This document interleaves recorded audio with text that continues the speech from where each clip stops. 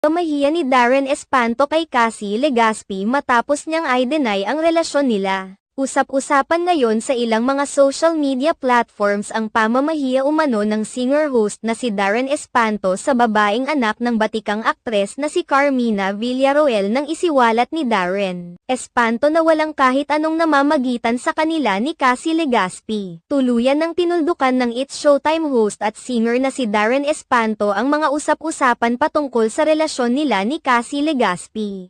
Muling naging laman ng mga usap-usapan ang nakaraan ni Cassie Legaspi at Darren Espanto nang usisahin ni Vice Ganda si Darren patungkol sa kanyang relationship status noong April 6, 2024, sa unang episode ng It's Showtime sa GMA7. Marami kasi sa mga madlang people ang ipinareha si Darren Espanto sa kapuso guest host noon na si Jillian Ward. Nakitaan kasi ni Vice Ganda at ng mga madlang people